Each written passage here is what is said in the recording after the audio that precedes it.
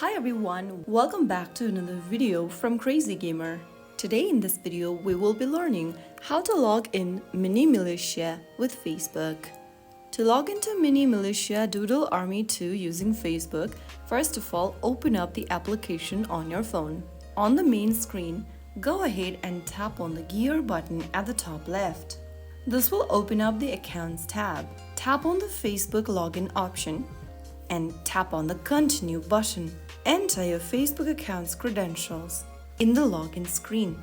Once you type down your credentials, tap on Open and click on the Continue button. After signing in with your Facebook account's credential, you'll also receive some rewards. And there you have successfully signed in Mini Militia with Facebook. If you found the video helpful, don't forget to like, share and subscribe the channel for more Mini Militia contents.